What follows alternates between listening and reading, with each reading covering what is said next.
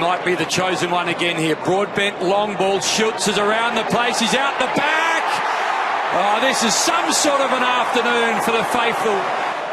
7 marks for the term. 7 goals for the match.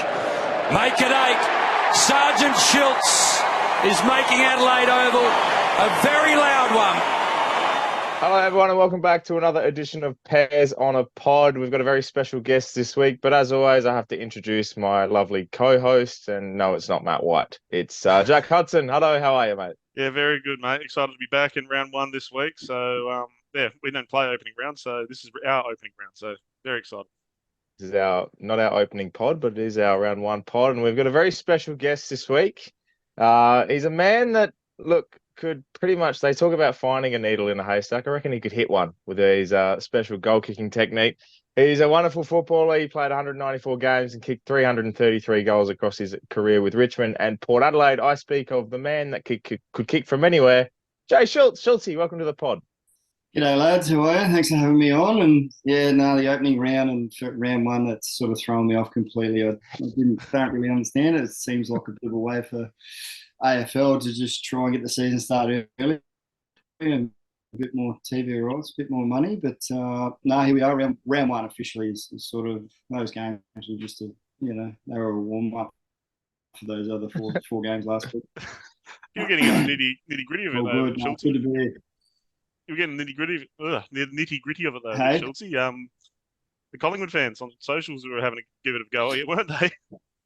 It was a very amusing night, actually. Me and the missus were sitting here and just going, "Well, should we bait? Why not? Let's just have a little dig and see what happens." And she loves it. She loves a bit of banter and stuff online as well. So it was quite amusing. But no, they get a bit fired up. They take it to heart, even though I couldn't understand half the time. I was like, no, I'm actually saying I like it, and and I like this and I like that, but you're just having a crack at me. But yeah, sure, no worries. Play on. That is the cesspool of Twitter. Yeah, it is absolutely. It's fantastic. But Schulzy, what we usually do when we start the pod is like tell us a bit about what you've been doing since footy days ended, and tell us about the kicking academy as well. Yeah, I guess so once footy finished for me, moved back to Melbourne for 3 or so years. I went into construction. I'm a farm boy, so I'm a heavy machine operator by trade, mainly excavators and dozers and bits and pieces. So was into construction for a bit, then moved down to Tasmania, where my ex-wife is from and her family is from. Was there, worked construction for a little bit, and then I went and worked for AFL Tasmania for about 18 months, 2 years. I was there, what was my role there?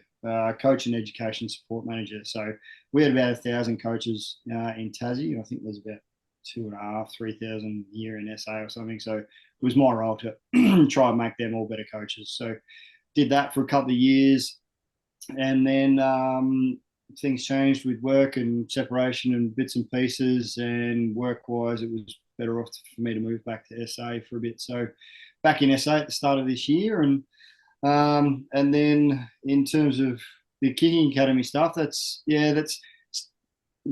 was known for being a good kick, but it's not something that I came out of footy and went, I'm going to teach this because I was good at it. It wasn't that at all. It was when I was in Melbourne and I started playing with St. Kevin's in old boys comp, and one of the dads asked me if I could have a kick with and give him any pointers to his 17-year-old lad who was trying to make one of the TAC Cup teams on his kicking. And so I worked with him for 6 weeks, and by the end of that 6 weeks, he missed out the year before because of his kicking. And at the end of that 6 weeks, he made the squad that year, and he'd said he'd improved and all that sort of stuff. But during that 6 weeks period of time, I probably learnt more about myself. And I guess the amount of things I took for granted with kicking. And that's sort of where my love came from. That's my real passion, is teaching kids different parts of kicking and bits and pieces. And I realised that I knew a shitload more of it. And I just took it all for granted when I play. And it's interesting. So all the stuff that I teach kids now, I had no idea about when I played, and I hadn't, and it's given me a good understanding of why I actually was a good kick when I played the AFL, even though I didn't actually know what I was doing at the time and what it was doing for me. So it's been a learning experience for me, but I absolutely love it now. I think I've trained over 300 kids now. I know what I do works. So every kid that I have in the first session improves within half an hour because of some things that I've learned about it and that I've realised. And I don't change kids. I don't come and say, I was a good kick, I'm here to teach a kick like me. I don't do that at all. It's a little bit outside the box what I teach, but everything that I teach makes complete sense when I explain it. And they all get it. It's all great fun. They all improve. And, so I teach them the important parts of kicking, which are, balance, control, power, strength, and most of all comfort, because, kicking is the most stressful part of our game. So I teach the kids to be more comfortable in their own action. Because everyone's different. I was a good kick, but I wasn't a perfect kick. There is no perfect kick. So everyone's different size hands, different size feet, toss the ball differently, taller, smaller, all that sort of stuff. So, I don't teach them to kick like me or, Dusty Martin or Connor Rosie or whatever. I teach them to kick like them and be comfortable in their own action. The more comfortable they are, then the more consistent they kick. So the more important parts are having good balance, having good power, having good speed, having good control, and all those sorts of things. So, and there's a lot of fun through the sessions that I do and bits and pieces. Probably the third session in particular, all the kids love, because that's a session where I chase them and I try and tackle them in bits and pieces. And I teach them how to avoid that. And then, and kids, everyone loves running away from a bloke that used to play AFL and all that sort of stuff. Shit at the time, but the kids love it. So it's good. It's good fun. It is my passion. I do it on the side. I do it as a hobby. And I get a real kick out of it. And the biggest thing that the parents get out of it is it's a constant feedback that I get is just that my kids' confidence has improved so much. And I was like, yeah, great, they're improving and they're kicking and stuff like that. And that they'll be like, no, not that, just in general life. And that's why I do it. Those sorts of feedbacks and bits and pieces like that. And I don't know, there is something about being able to kick a footy and being able to kick a footy on both sides of your body and feeling strong and powerful in both your legs that just changes a person and changes a kid. So I don't know what that is, but yeah, that's why I do it. And I love it. It's great fun. You do you look back now, like with your routine that you had, that set run up? Like, firstly, actually, how did you come up with that run up initially? Because it's pretty famous in Port Adelaide fans' eyes. You kicked a lot of goals for the club, and we see the old momentum run in, that deep breath. How did you build that into making that a permanent run up? Yeah, it's an interesting one. Like I probably while I was at Richmond, I was pretty inconsistent with my run up and whatnot. But when I got to Port, and it was Jason Cripps at the time, who was our forwards coach, he gave me the time over pre-season to toy with it in my first season there. And it took me about 3 months to figure it out. And I tried a different running routine every 2 weeks for 3 months. Even if I hated it, I'd still do it for 2 weeks just to make sure I hated it. Yeah. And then I got to where I got. And it's been interesting. Like I said, I've trained, a few hundred kids now. There's only been probably 2 that have been similar to mine. It's different. Obviously, no one else in our AFL has it. Everyone starts their run-ups walking and then goes in for a run, where I just stood there and I ran. And I guess in the end, what worked best for me was I had to think about, I'm actually a pretty good field kick as well. So what am I doing when I'm kicking the ball in the field? And I'm running. So that's sort of where it came about. But goal kicking's not that hard to do if you know how to do it properly. And the biggest part about goal kicking is it's so abnormal to every other part of our game. So there's no other point in the game where you're standing still. Like even if the ball's down the other end, you're still moving around, or you're poking your opponent, or you're doing whatever. But when you're having a set shot for goal, the umpire's forcing you to stand still to start with, and bloody unusual it is to stand still on a footy field. Like it's just it's stupid. It's so abnormal. It's not funny. And that's what they call a closed skill. A closed skill is something where you have to stand, think about something, and then deliver the skill. It's the same as a basketball free throw. That's the reason that, you know, those two skills in those games haven't improved in over 100 years, is because it's so different to every other part of the game. So the difficult part about goal kicking is the fact that when you're standing there, all you're doing is thinking. And you're thinking, shit, I've just got to kick this goal, or the scoreboard, or the wind, the rain, or my girlfriend in the stand, or mum and dad, or the opposition, and all this shit going on around you. Yeah. And that's just all stress coming into your head. So the key with goal kicking is about trying to get a way to get rid of all that noise. If you can get rid of all that noise, which you can do, then it becomes monogamous and you don't think about it. So it's like the reason that everyone's playing on and kicking around corners at the moment is not because it's a bigger part of the ball and all this other crap that people are saying. It's purely on the fact that as soon as you take a step, what does the umpire do? The umpire goes play on. Yeah. So then it's play on, and then it becomes an open skill. And you do an open skill is everything you do on automatic pilot. So you run, you mark, you catch the ball, you handball, you tackle, anything else you're doing in a game, you're doing without thinking. That's what an open skill is. So they do that. So that then it's play on, there's pressure, and it becomes an open skill. They don't have to think about it. Then they live or die by the sword, whether or not they can execute that kill. That skill. The reason they're not standing and having a normal set shot is because they're shitting themselves because there's too much going through their head. Yeah. That's why you can see a midfielder who's a beautiful kick run down the wing and kick a beautiful ball straight through the middle from 60 out. It's because they're not thinking it, but you put them 15 metres straight out in front of the goals and they shit themselves and they spray one. That's the reason. It's because it's a mental game. So you have to figure out a way to get all that noise that's coming into your head while you're standing there and in your walking steps of your run-up.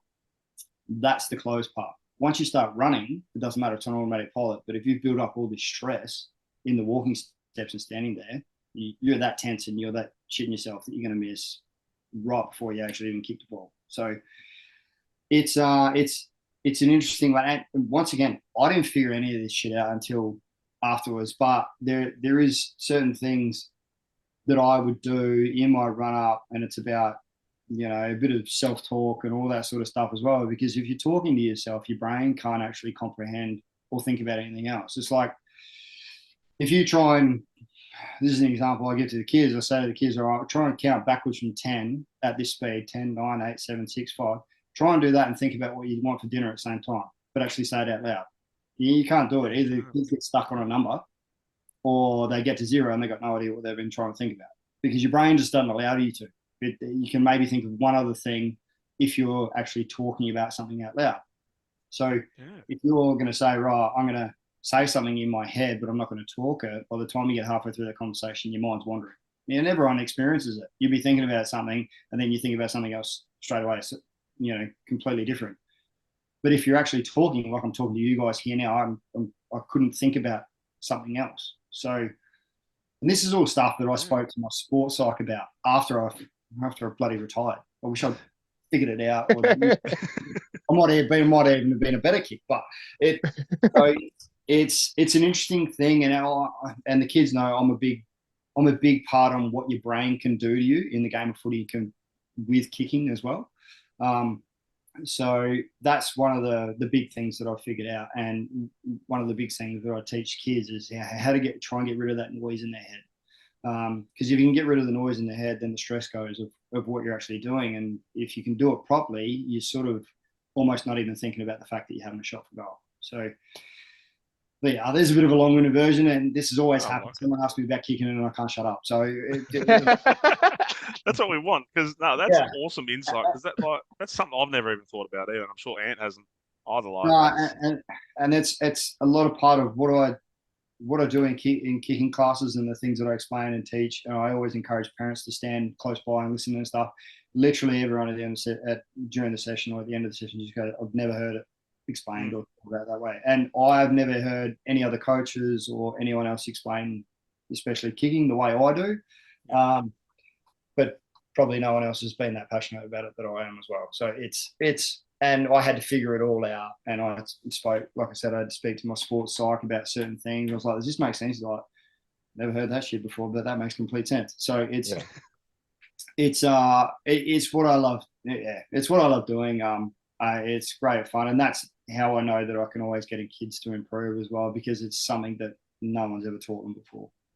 Yeah, Definitely have to get Jay Schulz down to Sposs, Huddo, yeah, I think because so. there's a lot of people down there, and I know they're listening. You need it. Yeah, no, Well, fair enough. yeah. But Schultzy, take us through like your draft year and yeah, like obviously what pick 12, so quite early. Like who did you speak to, and what was the sort of vibe of where you're going to go? Yeah, it was interesting that year, my draft year. So I played. I was in the All Australian team, that went to Ireland in the under 16s. We played 3 games over there. I won the Ron Barassi medal, which was best for the series. So I came back from that series being touted as 1 or 2 or 3 with Brendan Goddard and Daniel Wells that year. Yep. Then I had probably the worst under 18s carnival ever possible, and then so I dropped a few picks after that. But that, and the draft camp and bits and pieces, that was interesting. I can still remember meeting with Choco. That was always an interesting one. Asking me who I thought I played like. I can't even remember who I said, but he just looked straight at me and goes, "No, you're nothing like that." And I was like, "Okay, fair enough." Just shot you down. Yeah, just shot me straight down. He goes, "No, you don't play that." I was like, "Okay, no worries." So, and then drafted Ashley. So drafted to Richmond and Spud Frawley, the late Spud Frawley, was an interesting one because he actually flew over. He flew to SA with the general manager. So they picked up a car here. They drove to pick me up from the farm to come and have lunch and with my parents and pick me up and take me away. They got about 2Ks out from home, I reckon. And Dad gets a phone call. Yeah. And it was Spud. We've got a flat tire and we can't fix it. So my old man had to go drive down the road, fix the tire for them to then come to the house, have lunch. So it was an interesting one. And then they had lunch with us and took us away. So that was my draft year. And then I'm the first to admit I was a cocky little prick. And got to Richmond. My first training session was a 2.5K swim. And so the fitness guy there at the time was an ex-swimmer and loved his swimming and stuff. And he actually picked me up and took training. And he's like, you know how to swim? I was like, yeah, no, I grew up on the sea. Grew up swimming. Little did I realise I could probably swim to save myself, not actually. And so I reckon 100 metres into that 2.5K, he walked over and gave me a pair of flippers. And I did the rest of the session with a pair of flippers on. So I learned a little bit about myself, got put back in my place pretty quickly after that. And I was pretty quiet for the first 6 months at Richmond after that. And I never lived it down. So, but and then I was, so there, Richmond.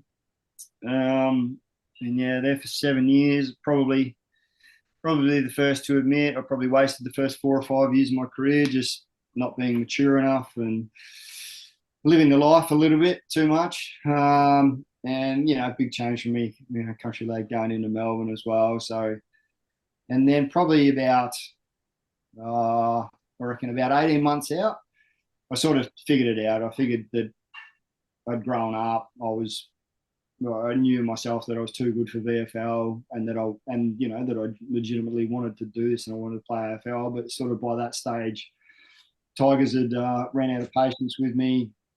I was very, very inconsistent in those first few years. Like I'd come out and kick 2 goals in the first quarter and then not touch the footy for the rest of the game. That was sort of how my career went while I was at the Tigers. And then the last 12 months I spent most of the year playing for Coburg, even though I was playing well everywhere, and I'd figured it out by that stage and how much harder I needed to train and bits and pieces. So I was playing well and kicking, 5 and 6 each week, but they got to the point where they'd had enough. And Jack was a young boy coming through, and so so it was no surprise to me that at the end of that year, I ended up being traded back to Port. Everyone asked, "Did I ask to go back to Port?" And I was like, "No, I was just happy to." Whoever wanted me, to be honest, because I knew I was on my last legs. Just happened to be Port. Choco tried to trade for me 2 years earlier. Yeah. And that was purely on the back of I was played a game for Coburg in Tassie, actually. And it was 10 o'clock in the morning. There was ice on the ground. I remember it. And it was a curtain raiser to a Port game. I reckon it might have even been Port Richmond. Okay, actually, I can't remember. But, and I kicked 9. And Nice day out. And Choco was there watching. And it was after that he tried to trade for me at that end of the year. And he was like, and it fell, and I thought I was going, and it fell through in the last 30 minutes of the trade period before it closed. And then it was like, and then they extended me for 2 years, and he was like, oh, well, we'll just take him in the next 2. So that's how I ended up back at Port. So, but yeah, everyone sort of says, oh, was it coming home? Was it being near family and all that sort of, it wasn't. It was the fact that, probably 12, 18 months earlier, I'd grown up and, realised what I needed to do and the fact that I wanted to do it. And, and then even my first year at Port, a lot of people probably don't realise in that first half of the season, I got dropped twice, still wasn't great. And then, lucky for me, I went and kicked Treaders in the ankle and he broke his ankle, and that was him done. And so no, he screwed his ankle in one game, and that was the end of his career. And the next week I came in as the main guy, and I kicked 7 that first week back in, and then it was sort of from there that was it. So I guess probably the other part of it was that throughout my career, that was probably the first opportunity that I'd had the opportunity to be the main man. Yeah. And I guess probably the only other time that had happened to me was in my 4th game at Richmond. Richo went down and I played against Brisbane and I kicked 6 goals, 1. And that was probably the only other time. So, but I wouldn't have realised that then at that stage that, because, I hadn't grown up. I was pretty mature and I was a little cocky little prick. But, so it's been an interesting ride. But, we're here at the end. I'm proud of what I achieved in the end. Do we have regrets? No, look, I don't really know that I do, because if I wasn't that way, that I wouldn't have ended up finishing the way I did. So that's from draft through to end of Port days. That was the quick version. You ask one question, you get 50 answers. That was a KO. Right. That was a KO mini. Yeah, that's right. But you did say that you sort of found this, sort of realised that the writing was on the wall within the last 12, 18 months of Richmond. If you went to Port after, because I'm pretty sure it was after 07, so after the grand final, do you feel like you would have had the same sort of career at Port with that? Treaders still would have time? What do you think?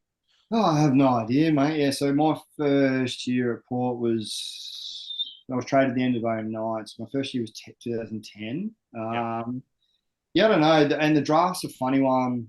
It is a bit of a game of luck as well as to where you go, what stage that team's in, that club's where they're at. So it's a bit of a So I've been at Richmond for 7 years, and all we've done is bloody lose. And I know that I'm getting traded to Port. I get traded early in the trade period. Manager's saying, you got Shawnee Berg on and all that. And then by the end of the trade, he's gone. Someone else is gone. And I walk in and we spend the next 2 years bottom of the ladder, and we win 5.5 games over 2 years. And I'm thinking, oh, Jesus, it's going to be a long my curse sort of vibe. Yeah, I'm starting to wonder, is it me or is it, it's just following me around. But we ended up finishing okay by the end of it. So yeah, I was going to say, obviously going through those years, 2010, 11, 12 were pretty difficult. I think we went through what ended up being 3 coaches, and then obviously Ken came. 2010 initially with Choco, Treaders, was there someone that was sort of a guiding hand throughout your early stages at Port Adelaide that really helped you out and really find your feet? Yeah, probably both of those two that you mentioned, to be honest. I was extremely lucky to have played with probably 2 of the best centre-half forwards of the game ever in Richo and Treaders. Both so completely different. Treaders, I learned more from Treaders in the first 6 months than I did from Richo in 7 years. So, oh, wow. Yeah, Richo, fantastic bloke, a phenomenal player, phenomenal athlete, but that was him and his focus for footy. Treaders, the same, but also loved to teach and loved to pass on what he wanted to. Whereas Richo was just white line fever, let me on the ground and that's my ball, get out of the way. Yeah. Which is what made him an extraordinary player. It's also what gave me 3 broken ribs and a punctured lung in one game. Good old Richo. Which was my finest hour. But considering I was standing inside 50 on my own and the ball was kicked to me and he decided to run him and his opponent just straight through me. If he just stood still, I would have just marked the ball. But anyway, that was what could have been. That was Richo. It was see ball, get ball. So, but phenomenal person, phenomenal athlete. But Treaders was extraordinary for me and just opened my eyes to just little tricks and bits and pieces that just I'd never heard before, never been taught before, all through my junior days and stuff like that. So he was massive for me, and he knew he was coming to the end of his career. He knew that I was coming in to replace him effectively, and he didn't care, and he put it all aside. So I'll be forever grateful for him. Jason Cripps, as I mentioned earlier, he was someone that allowed me to do what I needed to do to figure some things out. And Choco, well, I got to the club and Choco said to me, "You're not doing any media for at least the first 6 months." And I was like, "Okay, no worries." No? I'm not sure what that's about, but no worries. But he was just knuckle down, get your shit right. We want you here for the long haul. And then lo and behold, halfway through that season, he got sacked. And I was like, awesome. So what's going to happen now? He's the one guy that was sort of rooted for me, backing for me, and now he's gone. So it was an interesting first few years, that's for sure. We went through some coaches. I think I counted up the other day. I think I had played 14 years and I reckon I had 8 or 9 coaches, which is a lot. Yeah, wow. So a few interim coaches, but it was only with Choco for a little bit, but yeah, he was a big influence on me as well, for sure. During that period where Matty sort of took over, there's one game that really stands out, but it's not really named after you, but it probably should be really the Paul Stewart game against North Melbourne. You kicked 7, like you kicked the goal before Stewie. What was going through your mind as that comeback was going on, and then watching him play on, which I think half the Port fans around the ground screamed at him for going, "What are you doing, mate?" Yeah, that was an interesting game. It was a funny one, and I reckon that was my first game back in after almost losing an eye. Yeah, got stabbed in the eye against the Crows. That wasn't great fun. And then came back in that game, and I reckon halfway through the third quarter, I was just like, I'm over this. I'm over just getting cooked all the time. And then the run on happened, and then before you knew it, by the end of it, and then Dreamies, Paul Stewart, he turned on, and I thought he was going to pass. I didn't know what was going on. I can't remember. I was running around somewhere, but I thought the only thing I could remember, one of the main parts of the 7th goal I kicked, which was a diving mark, and all I could think about was the fact that shit, that hurt my head.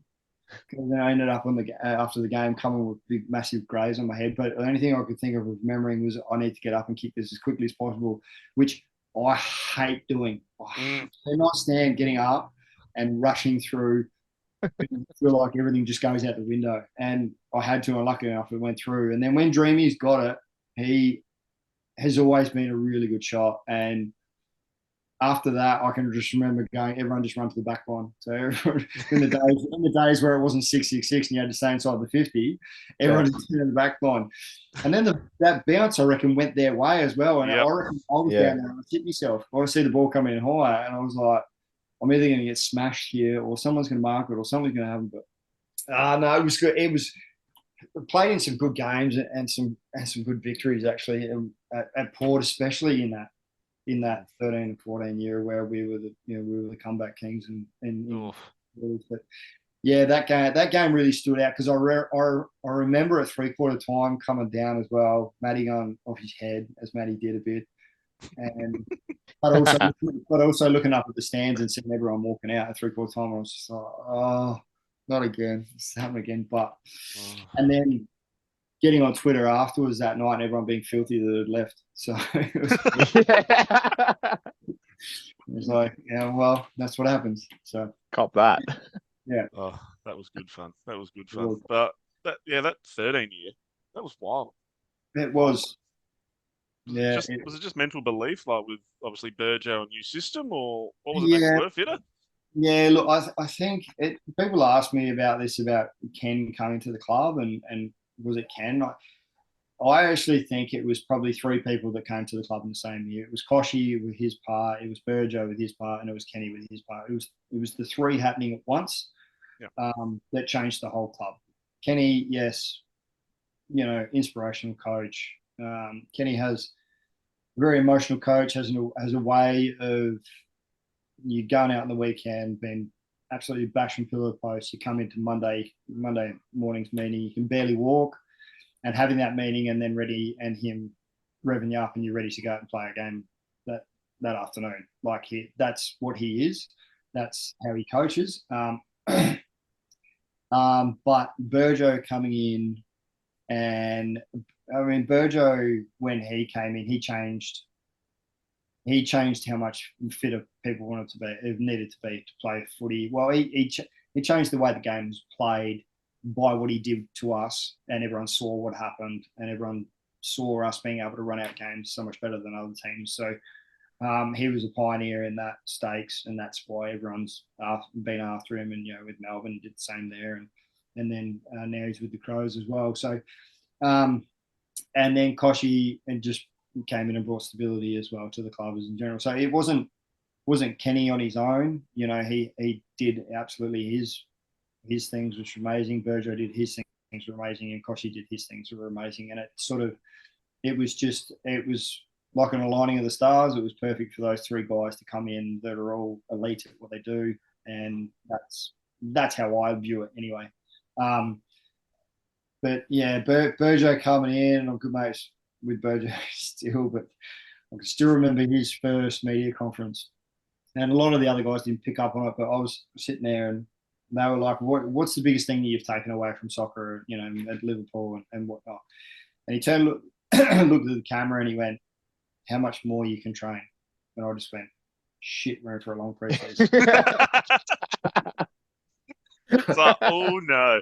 I just went, yeah, that's not what I wanted to hear. Running's not my forte, But yeah, so and it was a 3-year progression program from him as well. So it was he we sat down in the leaders meeting and he was in there. It was like, we're this first preseason we're going to do 70% of what I can believe he can do, and I was just like, I don't like the sound of this at all.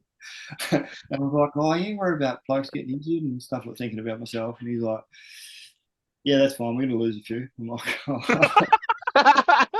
Collateral damage. Yeah, I was trying to talk him out of it, but it just wasn't happening. So, yeah, no, it was a good couple of years. Obviously, 2013 was the first time I ever played finals. It took me 10 years playing footy to be able to get a finals game in. So, it was a special year. 13 and 14 are probably my 2 best years of my career as well. So, slow start, but I had a good finish, I guess, in the end. I was going to say, like you mentioned comeback kings and the whole 2013, the first final against Collingwood. Now, you talk about how Port fans would walk out at 3/4 time. When you kick the sealer in that final and you see the fire drill of everyone pulling out and Pies fans leaving, that must have been pretty surreal. Yeah, it was. I can remember that moment in that game. It's interesting what parts I remember. I don't remember. I've been hitting the head a lot, so it's parts of that game I remember. I don't remember the hanger I took, but I remember. Oh yes, I forgot about that. I don't actually remember that, but I remember after kicking the goal and jumping and celebrating. And the other main part of that game is I remember Chatty marking the ball on a half-forward flank and turning inside, and I knew exactly what he was going to do we trained it over and over again. Knew he was going to stand inside, and I knew that I had Brownie done because he was 2 steps behind me already, and all I needed to do was to go back a little bit and then lead up, and Chatty was going to hit me straight on. And then I remember kicking that goal, and thinking, crap, we're not only going to play one, I'm actually going to win one as well. And that was a very surreal moment for me. It was extraordinary. And then going close against Geelong the next week, and then the next year, like people ask me, what was your favourite game you ever played in? My favourite game I ever played in is the game that we lost, which was against Hawthorn the next year in the prelim. Oh, wow. Yeah. It was just, and my partner, who is a Port supporter as well, she still blames me for that because I missed a couple in the first quarter. So we still go fisticuffs over that a little bit at the times, but it's that was such an amazingly intense game and just so surreal. And the game goes for another 2 minutes. I reckon we win. So it's so close, but yeah, so far. But I'd take none of it back, and like I wouldn't change any of it. Obviously, everyone wants to win and win flags and stuff. They're bloody hard to win, but yeah, I've been very, very lucky and very, very privileged in my own eyes to have been able to go through what I've been through. I've got to ask you about another game. The game against the Western Bulldogs where you kicked 8. Yep. Lining up, the whole crowd is chanting your name. Like, bugger the other blokes are on the field. They're all about you wanting to equal Treader's record. How you feeling going up for goal going, you better kick this? You know what I was thinking? After I took that mark, and I'm standing there at the top of my mark, I'm thinking, I am exhausted. I don't know if I'm going to make distance here. When I saw Brogsy turn on the inside in the middle, I didn't actually lead. I was absolutely cooked. I was spent. And he just happened to kick it that far that it got over the back. And I'm like, oh, that's coming to me. I'm going to get this. I'm in the right spot. I was spent. And then I'm lining up and I'm just like, I'm trying to catch my breath as much as possible here. But I was pumped about the 7th one that I kicked because that was from out wide on the boundary. And I was happy. I was really happy with that. And the 8th one, I was completely knackered by the end of it. And I remember, who was it? Someone come up alongside. Might have been Chatty actually. Come on and goes, oh, let's get 10. I'm like, bro, I'm ready for the bench. But no, it was there was some amazing moments in that game. The first goal I kicked from the kick in, the wide into the middle. We'd practiced that at training during the week, and we're like, we're gonna try and surprise me. We're gonna try and catch him out. It was a plan that we'd had in place. Midfielders come into the middle. Everyone lead out. Whitey was told to wander around in the middle as though he didn't know what he was doing and then take off. He played that role well. That was literally the instruction. It was like, just go in the middle and wander around and look at everyone off like you don't know what you're doing and then just turn and sprint to the middle. And that's what he did, and he played it beautifully. Whitey's not the smartest of people, so it worked. And I knew I was standing on the wing. As soon as I saw Whitey take off, I took off as well. And yeah, it was just perfect. And it was probably one of the very few goals that I've actually kicked on the run. Because I'm usually a marker and kicker. So, but yeah, it was just hilarious. And that's why when I kicked the guy and you see me turn around and point to him and smile, is because we'd practiced it about 10 times during the week at training. And that was why. So that's so good. Yeah, it was. Speaking of like Adelaide Oval games, we obviously mentioned it's like a few of the highlights of the year, but 10 years this year as well since we moved to the Adelaide Oval. I think everyone's game that is pretty much the favourite there is the first final against Richmond, against your old side, wearing the prison bars. For you that day, what was that like as a whole? Yeah, that was another one of those moments as well where the first quarter was just the first quarter was everything you pray for and you plan for, and it happened. And but then even still, after they kicked a few in the second and third as well, there was just that little bit, sitting back of the head going. But it was a very surreal feeling. It's interesting actually, because I talked to some of my old mates from the Tigers and whatnot when they were coming up to play against us. And I remember Nathan Foley. He said, we're sitting there, we're in our game review meeting for Oppo analysis meeting, and majority of the highlights, I must have played well the week before and kicked 5 or something. So majority of the highlights were of me and whatnot. And Damien Harvey, he at one point just gets up and goes to the analysis guys, why the hell did we trade this bloke? Like, and he was the one that played it. So it was quite funny. I just remember Nathan Foley telling me, and I was pissing myself laughing. It was quite funny. That's great. Yeah, it was funny. So that was a surreal day. That really was a surreal moment, especially that first quarter. It was just like one after the other, and everything. You can plan for everything in the world, but it never comes right. And that was one of those days that it just came right. And the crowd was just deafening, as they always are. I like the Collingwood game. The Collingwood game, I remember. There was only 20-odd thousand Port supporters over there, and it felt like there was 90. Like it was just ridiculous. So that's what Port supporters always are. They're always noisy. Yeah, or rowdy. Yeah. I think that's why my missus is one of them, because she's very noisy. So, she's gonna be real chuffed with these shout outs. She will. She said she wasn't going to watch this, so I'm all right at the moment, but no doubt she will. Ear to the door. Yeah.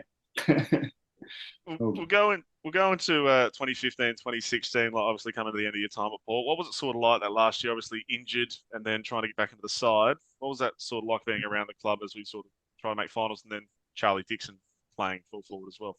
Yeah, look, my last season, obviously I had 2 back surgeries in my last season, about they were about 5 months apart from each other, which wasn't ideal. And I guess it was a frustrating year for me. I guess towards the end of your career, you start to go a bit stupid in your head and start to try and push yourself to places that you shouldn't go. And I came back into the side, and I probably came back in way too early. I still couldn't feel my left foot from the nerve damage from my back surgery, and I was underdone fitness-wise and whatnot. But I understood at the same time that Kenny wanted me back in, and because we were on the edge of making finals and whatnot. And if I could help us, notch up a couple of wins, then sneak us into finals, then maybe I could have laid off for a few weeks and then come into a finals run. But, as it turns out, that didn't happen and we missed. So, and then sort of towards the end, it was probably it was a bit of a tough way to go out for me, I guess, in the aspect that I didn't get to play in front of my home crowd, and not a lot of people knew until it happened. Yeah. And I guess so. But I mean that's footy. It happens and whatnot. And did I didn't say I was officially retiring purely on the fact that was probably my head saying, or can you do it? It was that sort of thing, as opposed to, and now I look back on it now and go, no, I was good. I'd spent all my tickets. I was completely knackered. I'd had multiple injuries and serious injuries over my career, and I'd spent all my tickets. And if I'd managed to get up for another year, I don't know how it would have gone as well, and I may have ended up regretting playing that extra year. So I left nothing out. There. I was running on empty towards the end of my career, and the body had enough. And it's still telling me that now at the moment. It's 8th goal against the Bulldogs, sort of knackered, isn't it? Yeah, that was it. That was the end of it. But yeah. So it was. I got no regrets, and you know what? And I know that I know that now that was the right time to hang them up as well, because I haven't missed it. To be honest, every now and then, I'll see someone do something and go, that's not the way you do it. And then I'll go and have a run. And then I'll go and have a run around the park and go, yeah, you know what? You can't do that. So it's, I was done. I was cool. The body had had enough by that stage. That's fair. And I think it's time for Big Brother. This is Big Brother. All right, Schultz, this is Big Brother. This is a segment where we just go through some of your time at both Richmond and Port Adelaide, talk about some footy trips and some secret stories that might have missed the old headlines. Obviously, all in fun, of course, but a couple of stories that you might want to throw some teammates under the bus or even yourself. Look, there's probably a couple from Richmond days. Not so much Port days. I mean, my funniest moments at Port were Brett Ebert and Warren Treadray going at it all the time because you got one really intelligent guy and then you got one extremely witty guy going at it all the time. They were some of my funniest moments at Port. Brett is one of the quickest blokes and wittiest blokes I've ever met, but at the same time, not the sharpest tool in the shed. You'd have Treader's measure though for sure. Yeah, in terms of wit.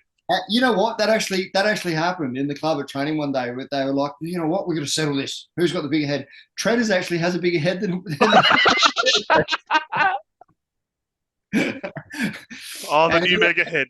And the place went up in uproar. It was hilarious. Oh, that's good. I reckon Treaders called in sick the next day. He didn't want to come to the club. Oh, that's incredible. But no, that's funny. They got the tape measure out one day. I remember that. It was some of the other funny moments is like when a bloke has got and this happened at Port, bloke's got a like partially torn plantar fascia. So plantar fascia is in the bottom of your foot, in the arch of your foot. Really, really painful if you partly tear it. But if you completely tear it, then you got no pain at all. It's one of those muscles in your body you don't actually need. So if you partially tear it, it's no good. It's really painful. If you completely tear it, you just keep on day-to-day life. So every time a bloke partially tore one, doctors would get him, or the boys would egg him in to go and stand up on the table and jump off, land on one foot to try and snap it completely. Oh. Yeah. The problem being with that if you don't do it the first time, it hurts like bloody hell. Oh. I reckon the most someone got up to was about 4 jumps off the table and was just about in tears by the end of it. So that was always another fun time as well. But from Richmond days, because the story, and then I get to support as well because it's David Roden played for both. Oh yes. Yeah, nice. So Spud Frawley days. Spud was a great fella. Not the greatest coach, great fella. Yeah. Really, really emotional, as you see him was on TV. That sort of person, and the emotion got better of him at times, to the point where he would end up just like shaking and not knowing what to say when he was angry at someone and trying to yell at someone. But David Roden, especially early on in his Richmond days, a history of rocking up late to training, and so late to training ended up meaning 5 o'clock swim down in the ocean when we're at Richmond.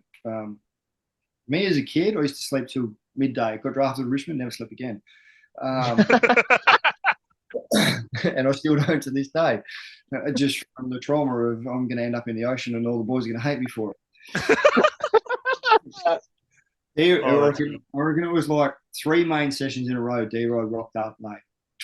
And it was unusually calm the 3rd time in that morning in the pre-training meeting. And Spud walks in, not saying much, knowing that D-Rod's late. And he goes to the boys, like, because we all had GPS watches at the time. Everyone give me GPS watches. We're all like, all right. So everyone's just handing in their GPS. D-Rod, late again, mate. He's like, yeah. He goes, do you have an alarm? Yeah, I have an alarm. Do you set it? Yeah, I set it. All right. I'm going to set the alarms on all these watches 5 minute intervals up until when you're supposed to get up the next morning. And I want you to come up here. And he had 2 boxes of rolled tape. He strapped all the watches to his arms and his legs and made him do the training session with all the watches strapped to his arms and his legs.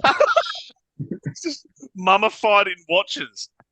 was one of the funniest things. And I was sitting in the back, and I was only young. I would have only been 18. And I'm sitting in the back trying not to laugh. And then watching D-Rod run around at training with watches all strapped to his arms. It was hilarious. It was one of the funniest things I've ever seen. Oh my God. And Spud was so calm about it as well. That was what made it worse. Everyone didn't know how to react to it. But, that was probably one of the funniest things. Footy trip-wise, I went to the States with 3 other blokes from Richmond when I was 21. I was the smallest out of the 4 of us. Everyone thought we were a rowing team or a bicycle team or something like that. But we drove the Californian coast, and there was 2 asleep in the back, and it was me and the guy that was driving was Greg Stafford. And we got to Santa Barbara where we weren't going to stop, and we were both knackered. We had enough. Let's just pull in. We'll stay here. And so we found just a motel or whatever, rolled in, woke the boys up in the back, and who was Ray Hall and Troy Simmons. And there's an army of big boys. Yeah. An army of big boys. And they were like, well, where are we? We're not supposed to be where we are, and whatever. Anyway, I had a night out that we had one of the best nights of the trip we'd had. We got home at, I reckon, I was about 10 to 5, and we're in our rooms. We've all finally gone to sleep, only to be woken up at 5:30, so like 40 minutes later, thinking that there was an earthquake going on. Oh. Little did we realize, because when we rolled in and built this place, like, how was this next to the main strip, all that sort of stuff, and it's cheap, whatever. Woken up at 5:30 in the morning, the whole room shaking, thinking, there's an earthquake going on. Literally, we realised that we booked a motel which was on the train line, and it sounded coming through the front door. And it was a freight train and went for 50 minutes. And so then we had to try. So none of us went back to sleep. We had to try and get up. We drove the rest of the way to LA after that, and that was one of the worst 5 hours of my life. I reckon it was so bad. So it was probably one of the most random things. That was a random stop, and me and staff thought we were, we sorted this out and we got the perfect place and whatnot. And then 5:30 in the morning, not so much. So there's no train tracks to give it away, or it's like the train runs through the main street. Like it was ridiculous. So that's there's like a place in Bordertown that if you stay overnight, I think there's like 250 trucks. We stayed there one night and 250 trucks went through in a row. And I was about 7 years old. I counted them all. I ended up saying to Dad the next morning, I said, "You owe me 263 minutes of sleep." Fair. Yeah. Cool.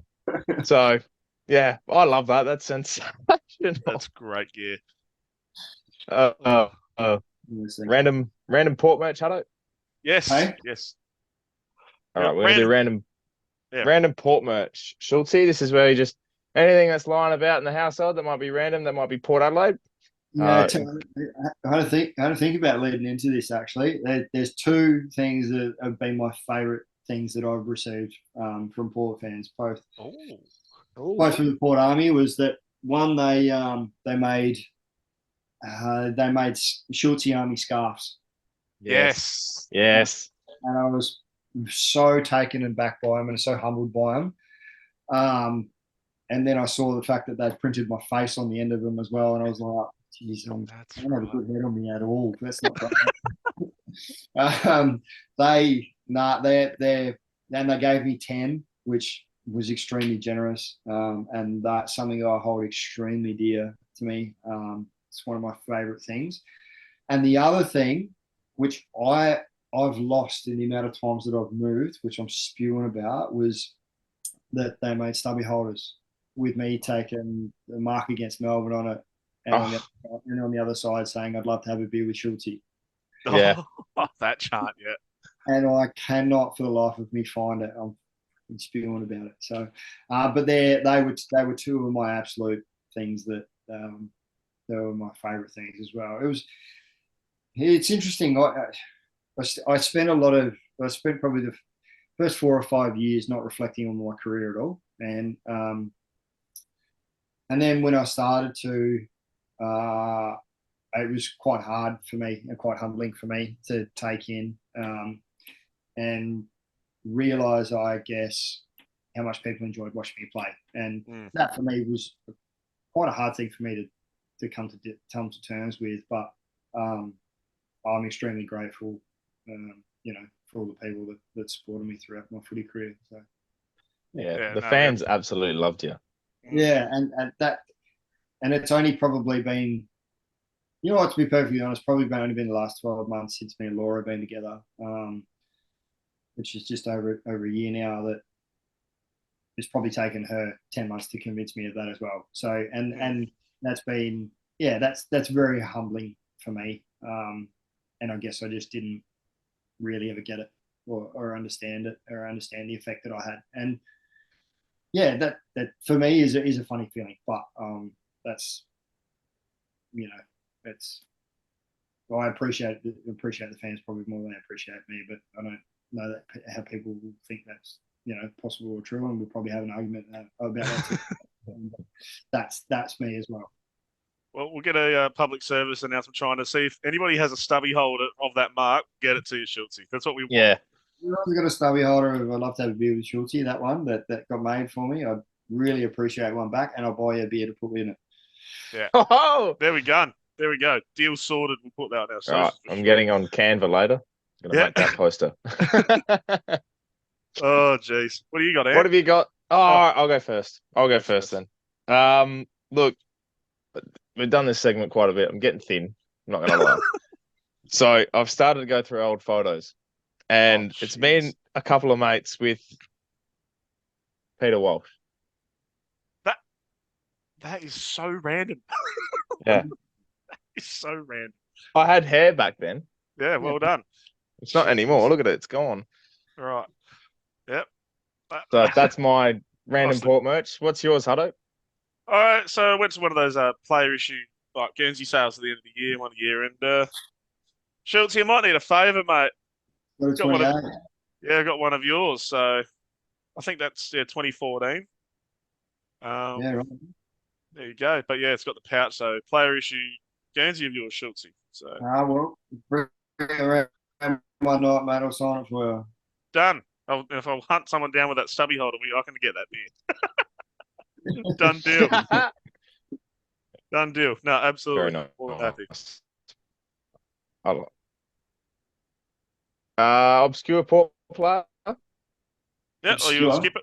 You're going to skip over quick fire questions. Yeah, so we're going to do a player that's under 100. No, we'll do that last because I've got a special flavour for it. All right, so, fair enough. Obscure port player. We talk about a player that's under 100 games who played for the club. So, anyone that comes to mind firstly. Who's just obscure, random. Might have played with them, might have not.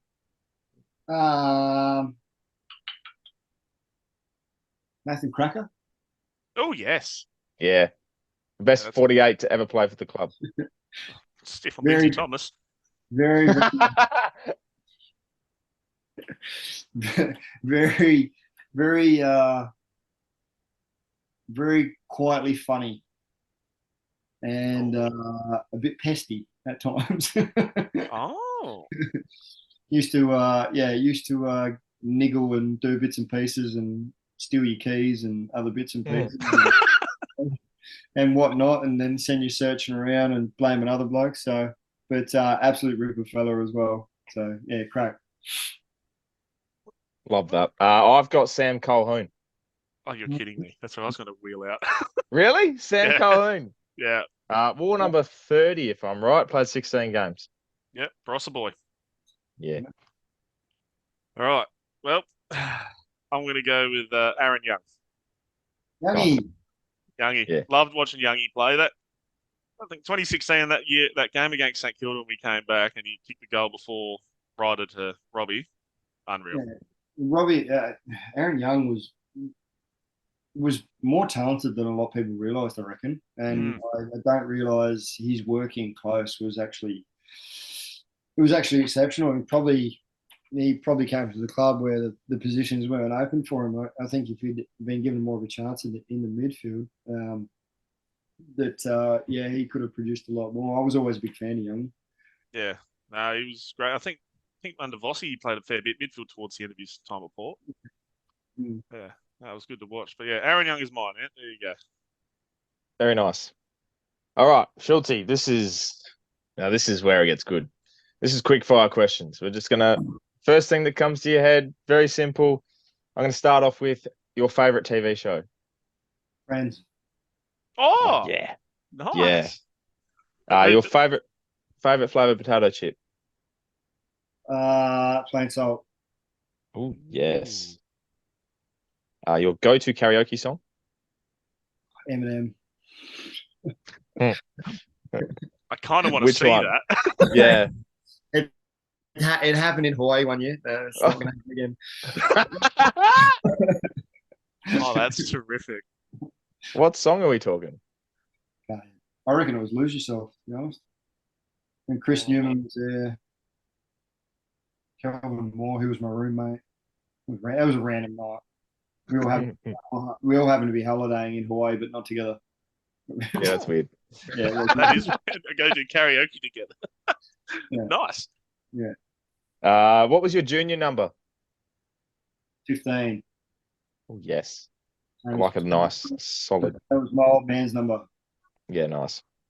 Your go-to Mario Kart character. Luigi. You're nice. And finally, if you thought the fallout from you and Jackson Trengove at training was bad, the answer to this question may top it. Schulte, what is your favorite shapes flavor? My favorite shapes flavor? Yeah. Nachos. Oh. Nacho cheese. Wow. Yeah, all right. That's left. Jackson Trango, it is my most asked question. Oh, really? Random people. Oh, I'm not surprised. Or she can answer the questions for you. Nacho cheese. Yeah, absolutely. Yeah, what are you doing, Schulte? What's with the nacho cheese? Barbecue. Yeah, see? That's fine. No, it's not. Hang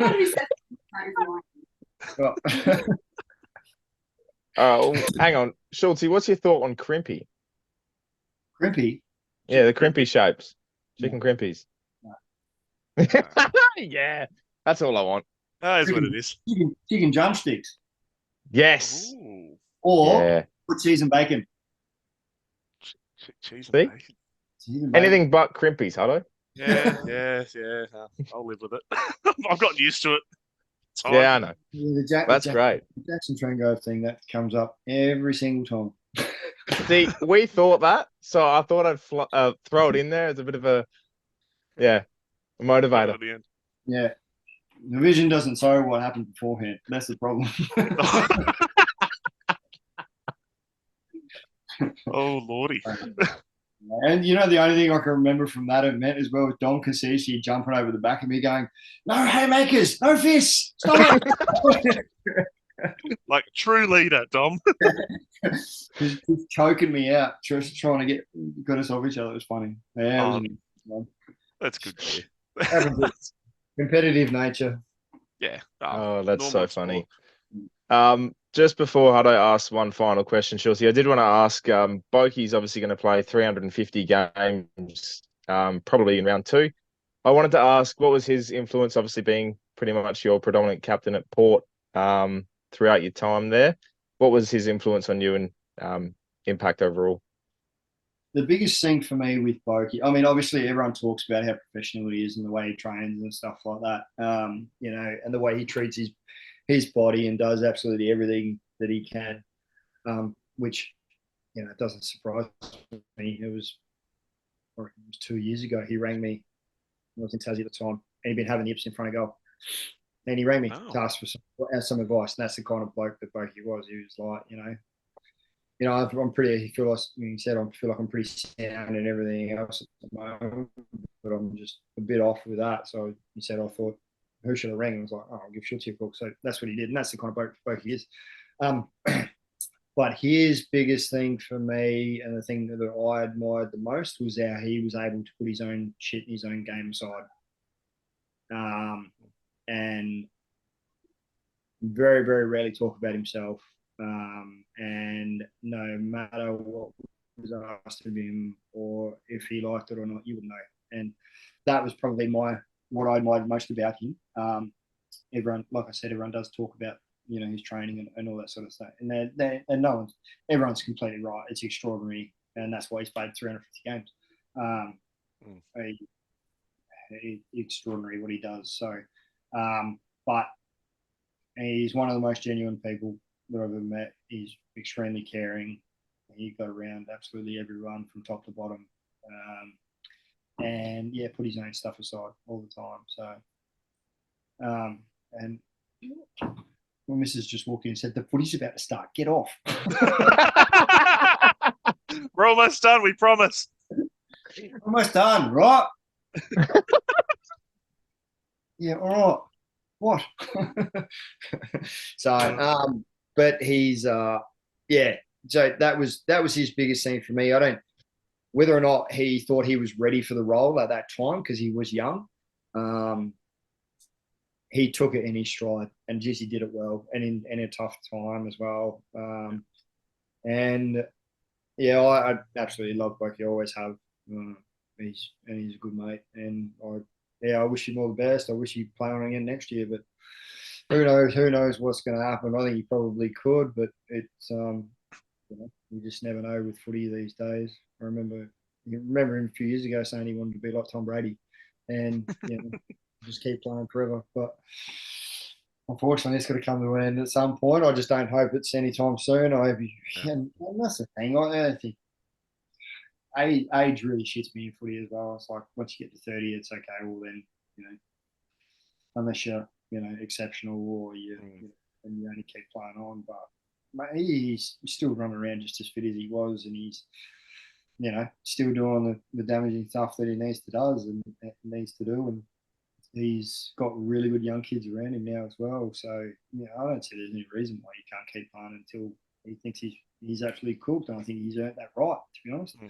And I think that's why there was so much uproar when there was talk at the end of the season last year. So, but no, it's good to see him going, and I hope he goes well, and I hope he keeps going again after this. Yeah, me too.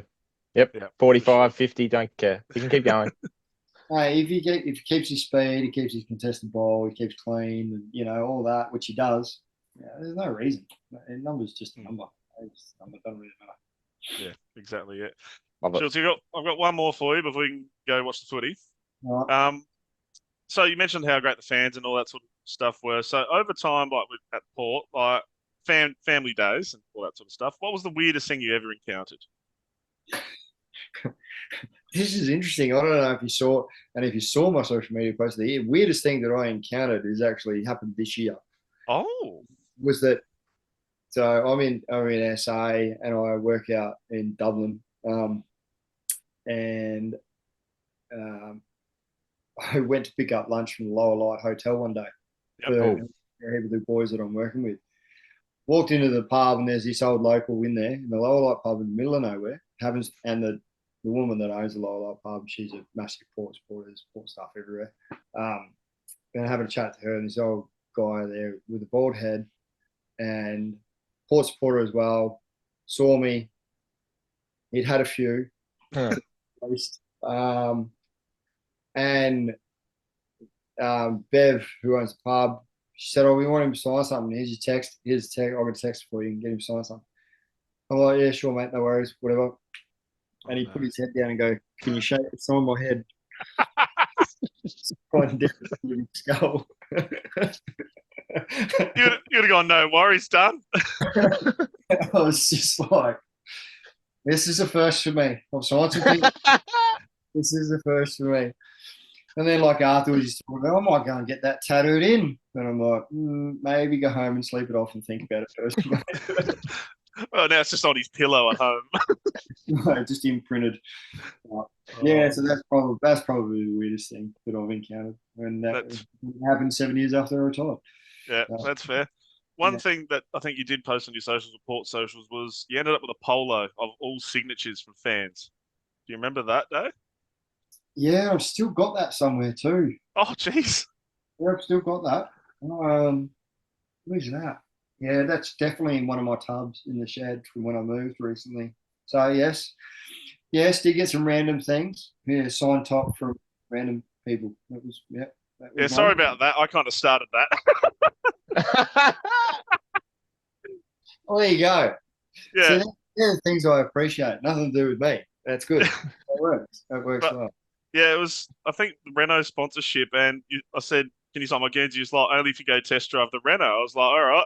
Came back. It's like, yeah, done deal. Only if I get to sign yours if you sign mine. You're like, no worries. So I think your polo ended up with heaps of kid signatures, but mine would be on there somewhere. Right. Yeah. Can't say I remember it, but yeah, I do remember this all. There you go. Oh, If that's geez. the case, then that's lost a lot of value with Huddo's signature on it. But Sorry to Schultz, tell you, Schultzy. Sorry to tell you. All but good. but thanks so much for joining us, mate. Like, we really appreciate it. And like all the other Port fans, we absolutely loved watching you play. Like, it was an absolute joy. And yeah, thank you so much for everything that you did for our club as well. No, thanks very much. Thanks for looking after me, all you all, and I appreciate every one of you. Like I said, it's been a very humbling experience for me, and I was extremely lucky. So, and thanks for having me on for a bit of a chat, boys. Hopefully everyone gets a bit of a kick out of it as well. Oh, that's a nice pun to finish. That's a real good pun to finish. Well, ladies and gentlemen. Very, yeah, I did. That was real smooth. Oh, that's terrific. Thank you, Schultzy, and we'll see you guys next time. All right, lads. Cheers. Cheers.